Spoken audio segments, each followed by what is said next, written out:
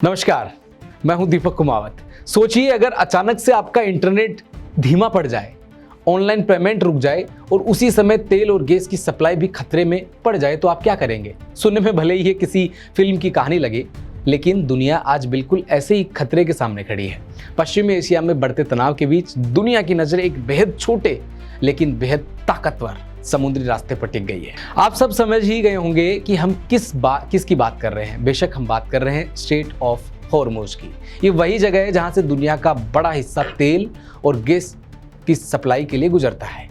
लेकिन यह खुलासा हुआ कि यह रास्ता सिर्फ ऊर्जा का नहीं बल्कि दुनिया के इंटरनेट का भी बड़ा रास्ता बन चुका है। समुद्र के नीचे बिछी हजारों किलोमीटर लंबी केबल्स यहीं से होकर गुजरती है, जो भारत को, यूरोप को और बाकी दुनिया को जोड़ती है। यानी कि अगर यहाँ युद्ध की आंच और बढ़ती है तो असर सिर्फ तेल की कीमतों पर नहीं पड़ेगा, बल्कि आपके मोबाइल के इंटरनेट, बैंकिंग और डिजिटल दुनिया भी प्रभावित हो सकती है।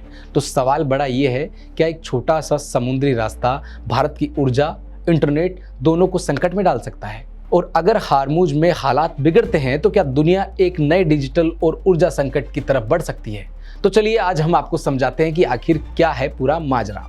बहुत कम लोग जानते हैं कि दुनिया का लगभग 99% अंतर्राष्ट्रीय इंटरनेट डेटा समुद्र के नीचे बिछी फाइबर ऑप्टिकल्स केबल्स के जरिए गुजरता है। भारत में आने वाला इंटरनेट, खासकर यूरोप और पश्चिमी देशों में आने वाला डेटा खाड़ी क्षेत्र से होकर गुजरता है।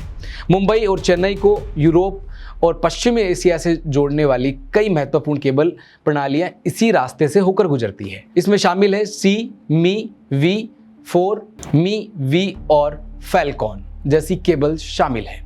भारत के डिजिटल नेटवर्क की रीढ़ माना जाता है, यानी कहा जाए तो लाल सागर और फारस की खाड़ी तेल और माल के जहाज़ों के रूट पर नहीं बल्कि ये दुनिया के डेटा के हाईवे पर भी है। यदि किसी भी तरीके से केबल टूट गई तो मरम्मत करना मुश्किल पड़ जाएगा और चीन से यूरोप तक इंटरनेट धीमा पड़ जाएगा। वीडियो स्ट्रीमिंग जैसी सेवाएं ठप भी हो सकती है। इतना ही नहीं, सऊदी अरब और यूएई के कई क्लाउड डेटा भी हैं और उन पर अगर असर पड़ा तो एआई का काम भी प्रभावित हो सकता है। यानी कि साफ है, स्ट्रेट ऑफ हॉर्मुज अब सिर्फ एक समुद्री रास्ता नहीं रहा, कहा जा सकता है कि ये दुनिया की तेल सप्लाई की नस भी है और डिजिटल दुनिया की धड़कन भी। अगर यहाँ तनाव बढ़ता है तो असर सिर्फ खाड़ी देशों तक सीमित नहीं रहेगा, इसका असर भारत से लेकर यूरोप, अमेरिका तक महसूस किया जाएगा। हमने आपको बताया कि अगर ऐसा हो सकता है तो क्या होगा, क्योंकि जिस प्रकार का माहौल अभी चल रहा है उसको देखते हुए लग रहा है कि ये सारी चीज़ें संभवतः आगे ऐसा हो सकता है।